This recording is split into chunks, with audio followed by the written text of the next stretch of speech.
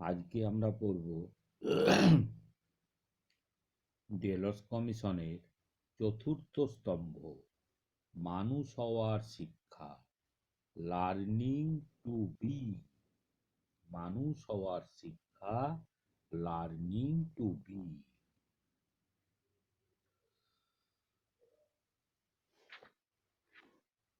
মানুষ হওয়ার শিক্ষা বা মানুষ হয়ে ওঠার শিক্ষা, লার্নিং টু বি।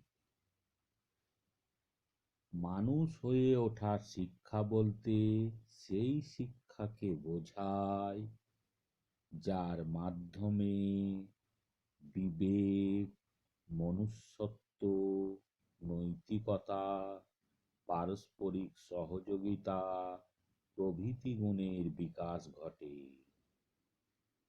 মানুষ হয়ে ওঠার শিক্ষা বলতে সেই শিক্ষাকে বোঝায় যার মাধ্যমে বিবেক, মনুষ্যত্ব, নৈতিকতা, পারস্পরিক সহযোগিতা প্রভৃতি গুণের বিকাশ ঘটে। এই শিক্ষার মূল কথা হলো মূল্যবোধ গড়ে তোলা। এই শিক্ষার মূল কথা হলো মূল্যবোধ গড়ে তোলা। যথাযথ মানবিক মূল্যবোধ গড়ে উঠলে মানুষ সহজেই নিজেকে নিয়ন্ত্রণ করতে পারে। যথাযথ মানবিক মূল্যবোধ গড়ে উঠলে মানুষ সহজে নিজেকে নিয়ন্ত্রণ করতে পারে। প্রকৃত মানুষ নিজের স্বার্থের কথা ভুলে দেশের এবং দশের উপকারে নিজেকে উৎসর্গ করে। প্রকৃত মানুষ নিজের স্বার্থের কথা ভুলে দেশের এবং দশের উপকারে নিজেকে উৎসর্গ করে। প্রকৃত মানুষের গুণাবলী।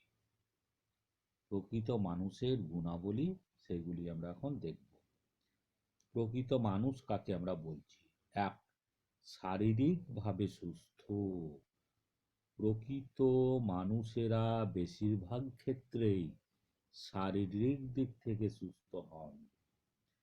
প্রকৃত মানুষেরা বেশিরভাগ ক্ষেত্রেই শারীরিক দিক থেকে সুস্থ হন। দুই, স্বাভাবিক মনোবিকাশ। এদের মনের বিকাশ স্বাভাবিক। এদের মনের বিকাশ স্বাভাবিক। তিন, সঙ্গতি বিধানে সক্ষম। এরা সহজেই সমাজের সব ধরনের পরিবেশের সঙ্গে নিজেদের মানিয়ে নিতে পারে। এরা সহজেই সমাজের সব ধরনের পরিবেশের সঙ্গে নিজেকে মানিয়ে নিতে পারে। অর্থাৎ এদের সামাজিক বিকাশও যথেষ্টভাবে ঘটে থাকে। অর্থাৎ এদের সামাজিক বিকাশও যথাযথভাবে বা যথার্থভাবে ঘটে থাকে। চার, নীতিবোধ ও আধ্যাত্মিক চেতনা। এদের নীতিবোধ যেমন প্রবল হয়, তেমনি অধিকাংশ ক্ষেত্রে এদের মধ্যে আধ্যাত্মিক চেতনার প্রকাশ দেখা যায়। এদের নীতিবোধ যেমন প্রবল হয়, তেমনি অধিকাংশ ক্ষেত্রেই এদের মধ্যে আধ্যাত্মিক চেতনারও প্রকাশ দেখা যায়। পাঁচ, সুনাগরিক। এরা সুনাগরিক হন এবং রাষ্ট্রের আইন কানুন ও সংবিধান মেনে চলে। এরা সুনাগরিক হন এবং রাষ্ট্রের আইন কানুন ও সংবিধান মেনে চলে। ছয়, জ্ঞানী ও পথপ্রদর্শক। এরা বিভিন্ন বিষয়ে জ্ঞান সঞ্চয় করে থাকেন। এরা বিভিন্ন বিষয়ে জ্ঞান সঞ্চয় করে থাকেন। এরা মনে করেন জ্ঞান অজ্ঞানতা দূর করে মানুষকে সত্য ও ন্যায়ের আলোর পথে পরিচালিত করে। এরা বিভিন্ন বিষয়ে জ্ঞান সঞ্চয় করে থাকেন। এরা মনে করেন জ্ঞান অজ্ঞানতা দূর করে মানুষকে সত্য ও ন্যায়ের আলোর পথে পরিচালিত করে। 7. সহানুভূতিশীল। এরা সহানুভূতিশীল হন। এরা সহানুভূতিশীল হন। 8. উৎপাদনশীল। প্রকৃত মানুষ জ্ঞান সঞ্চয় ও কর্মদক্ষতা অর্জনের মাধ্যমে দেশের উৎপাদন বৃদ্ধিতে সহায়তা করেন। প্রকৃত মানুষ জ্ঞান সঞ্চয় এবং কর্মদক্ষতা অর্জনের মাধ্যমে দেশের উৎপাদন বৃদ্ধিতে সহায়তা করেন। 9. ঐতিহ্যের ধারক ও বাহক। এরা একদিকে যেমন সামাজিক ঐতিহ্যের প্রতি শ্রদ্ধাশীল হন, এরা একদিকে যেমন সামাজিক ঐতিহ্যের প্রতি শ্রদ্ধাশীল হন, অন্যদিকে ঐতিহ্যের সংরক্ষণ ও উন্নয়নে সাহায্য করে।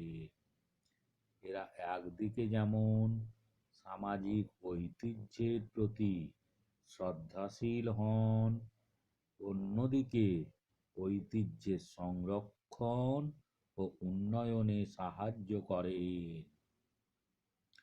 10. উদার ও মানবপ্রেমী। প্রকৃত মানুষেরা উদার মনের অধিকারী হন। তারা মানব কল্যাণকে জীবনের ব্রত হিসাবে গ্রহণ করে। প্রকৃত মানুষেরা উদার মনের অধিকারী হন। তারা মানব কল্যাণকে জীবনের ব্রত হিসাবে গ্রহণ করে। একত্রে বসবাসকারী। এরা স্বার্থপরতা দূর করে জাতি, ধর্ম, বর্ণ, ভাষা নির্বিশেষে একসঙ্গে মিলেমিশে বাঁচার আদর্শে অনুপ্রাণিত হন। এরা স্বার্থপরতা দূর করে জাতি, ধর্ম, বর্ণ, ভাষা নির্বিশেষে একসঙ্গে মিলেমিশে বাঁচার আদর্শে অনুপ্রাণিত হন। 12. সুব্যক্তিত্বের অধিকারী। প্রকৃত শিক্ষিত মানুষ হওয়ার পাশাপাশি সুব্যক্তিত্বের অধিকারী হন। প্রকৃত মানুষ শিক্ষিত হওয়ার পাশাপাশি সুব্যক্তিত্বের অধিকারী হন। তাহলে প্রকৃত মানুষের গুণাবলীগুলি কি কি হলো? 1. শারীরিকভাবে সুস্থ। 2. স্বাভাবিক মনোবিকাশ। 3. সঙ্গতি বিধানে সক্ষম। 4. নীতিবোধ ও আধ্যাত্মিক চেতনা। 5. সুনাগরিক। 6. জ্ঞানী ও পথ প্রদর্শক। 7. সহানুভূতিশীল। 8. উৎপাদনশীল। 9. ঐতিহ্যের ধারক ও বাহক। 10. উদার ও মানবপ্রেমী। 11. একত্রে বসবাসকারী। 12. সুব্যক্তিত্বের অধিকারী। এবার আমরা আলোচনা করব কি যে মানুষ হয়ে ওঠার শিক্ষার উদ্দেশ্যকে কার্যকারী করতে বিদ্যালয়ের ভূমিকা বা প্রকৃত মানুষ সৃষ্টিতে বিদ্যালয়ের ভূমিকা। এবার আমরা আলোচনা করব মানুষ হয়ে ওঠার শিক্ষার উদ্দেশ্যকে কার্যকরী করতে বিদ্যালয়ের ভূমিকা। বা প্রকৃত মানুষ সৃষ্টিতে বিদ্যালয়ের ভূমিকা। 1. মানসিক বিকাশে সহায়তা। মানসিক বিকাশে সহায়তা। বিদ্যালয়ে শিক্ষণ ও শিখনের ফলে শিক্ষার্থীর মানসিক বিকাশ ঘটে। বিদ্যালয়ে শিক্ষণ ও শিখনের ফলে শিক্ষার্থীর মানসিক বিকাশ ঘটে। শুধু তাই নয়, বিদ্যালয়ে শিক্ষার্থীর বিকশিত মানসিক ক্ষমতাগুলির অনুশীলন হয়। বিদ্যালয়ে শিক্ষার্থীর বিকশিত মানসিক ক্ষমতাগুলির অনুশীলন হয়। পরবর্তীকালে সেগুলি সমাজ ও জাতির কল্যাণে শিক্ষার্থী প্রয়োগ করে থাকে। পরবর্তীকালে সেগুলি সমাজ ও জাতির কল্যাণে শিক্ষার্থী প্রয়োগ করে থাকে। 2. সঙ্গতি বিধানে সহায়তা। বিদ্যালয় পরিবেশে শিক্ষা শিখনের মধ্যে দিয়ে সঙ্গতি বিধানের অনুশীলন হয়। বিদ্যালয় পরিবেশে শিক্ষা শিখনের মধ্যে দিয়ে সঙ্গতি বিধানে অনুশীলন হয়। ফলে শিক্ষার্থী নিজেকে পরিবর্তনশীল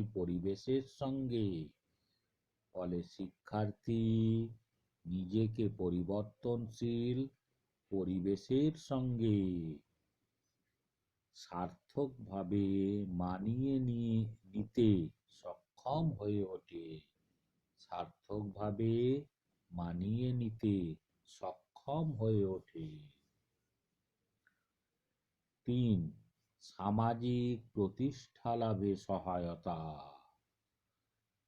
বিদ্যালয় জীবনে বিভিন্ন ধরনের দলগত কাজের মধ্যে দিয়ে শিক্ষার্থীর মধ্যে এমন কয়েকটি দক্ষতা আসে যা ভবিষ্যৎ জীবনে তাকে সমাজে প্রতিষ্ঠা লাভে, সুনাম অর্জনে এবং সামাজিকভাবে সমৃদ্ধ হতে সাহায্য করে। বিদ্যালয় জীবনে বিভিন্ন ধরনের দলগত কাজের মধ্যে দিয়ে শিক্ষার্থীর মধ্যে এমন কয়েকটি দক্ষতা আসে যা ভবিষ্যৎ জীবনে তাকে সমাজে প্রতিষ্ঠা লাভে, সুনাম অর্জনে এবং সামাজিকভাবে সমৃদ্ধ হতে সাহায্য করে। 4. আর্থিক সাফল্য অর্জনে সহায়তা। বিদ্যালয়ের মধ্যে শিক্ষার্থীকে বৃত্তিমূলক শিক্ষার সুযোগ করে দেওয়া হয়, যাতে শিক্ষার্থী ভবিষ্যতে সেই বৃত্তি গ্রহণ করে উপার্জনক্ষম হয়ে উঠতে পারে। বিদ্যালয়ের মধ্যে শিক্ষার্থীকে বৃত্তিমূলক শিক্ষার সুযোগ করে দেওয়া হয়,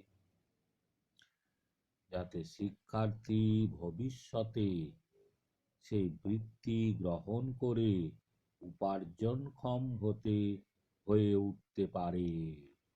5. গণতান্ত্রিক আদর্শের বিকাশ। বিভিন্ন বিষয়ে জ্ঞান ও শিক্ষামূলক কর্মসূচির মধ্যে দিয়ে বিদ্যালয়ের শিক্ষা ব্যবস্থা শিক্ষার্থীদের মধ্যে গণতান্ত্রিক চেতনা জাগ্রত করে। গণতান্ত্রিক চেতনা প্রকৃত মানুষের অন্যতম বৈশিষ্ট্য বলে বিবেচিত হয়। বিভিন্ন বিষয়ে জ্ঞান ও শিক্ষামূলক কর্মসূচির মধ্যে দিয়ে বিদ্যালয়ের শিক্ষা ব্যবস্থা শিক্ষার্থীদের মধ্যে গণতান্ত্রিক চেতনা জাগ্রত করে। গণতান্ত্রিক চেতনা প্রকৃত মানুষের অন্যতম বৈশিষ্ট্য বলে বিবেচিত হয়। 6. মূল্যবোধের বিকাশ। বিদ্যালয় পরিকল্পিতভাবে বিভিন্ন কর্মসূচির সাহায্যে মূল্যবোধ সম্পন্ন মানুষ তৈরি করার চেষ্টা করে। বিদ্যালয় পরিকল্পিতভাবে বিভিন্ন কর্মসূচির সাহায্যে মূল্যবোধ সম্পন্ন মানুষ তৈরি করার চেষ্টা করে। বিবেক, মনুষ্যত্ব, নৈতিকতা প্রভৃতি গুণ শিক্ষার মাধ্যমে শিক্ষার্থীদের মধ্যে প্রবেশ করে এবং তাকে প্রকৃত মানুষে পরিণত করে। বিবেক, মনুষ্যত্ব, নৈতিকতা প্রভৃতি গুণ শিক্ষার মাধ্যমে শিক্ষার্থীদের মধ্যে প্রবেশ করে এবং তাকে প্রকৃত মানুষে পরিণত করে। 7. জাতীয় বিকাশে সহায়তা। জাতীয় উন্নয়ন সম্পর্কিত বিভিন্ন পাঠ্যক্রম ও সহপাঠক্রমিক কর্মসূচি গ্রহণ করার ক্ষেত্রে বিদ্যালয়ের ভূমিকা অনস্বীকার্য। জাতীয় উন্নয়ন সম্পর্কিত বিভিন্ন পাঠ্যক্রমিক ও সহপাঠক্রমিক কর্মসূচি গ্রহণ করার ক্ষেত্রে বিদ্যালয়ের ভূমিকা অনস্বীকার্য। 8. আন্তর্জাতিক বোঝাপড়ার ক্ষেত্রে সহায়তা। আন্তর্জাতিক বোঝাপড়ার ক্ষেত্রে সহায়তা। বিদ্যালয়ে পঠন পাঠন ও অন্যান্য কাজের মধ্যে দিয়ে শিক্ষার্থীর মধ্যে আন্তর্জাতিক চেতনা গড়ে ওঠে। বিদ্যালয়ে পঠন পাঠন ও অন্যান্য কাজের মধ্যে দিয়ে শিক্ষার্থীদের মধ্যে আন্তর্জাতিক চেতনা গড়ে ওঠে। তাহলে আমরা কি দেখলাম? প্রকৃত মানুষ সৃষ্টিতে বিদ্যালয়ের ভূমিকা। এগুলি কি? 1. মানসিক বিকাশে সহায়তা। 2. সংগতি বিধানে সহায়তা। 3. সামাজিক প্রতিষ্ঠা লাভে সহায়তা। 4. আর্থিক সাফল্য অর্জনে সহায়তা। 5. গণতান্ত্রিক আদর্শের বিকাশ। 6. মূল্যবোধের বিকাশ। 7. জাতীয় বিকাশে সহায়তা। 8. আন্তর্জাতিক বোঝাপড়ার ক্ষেত্রে সহায়তা।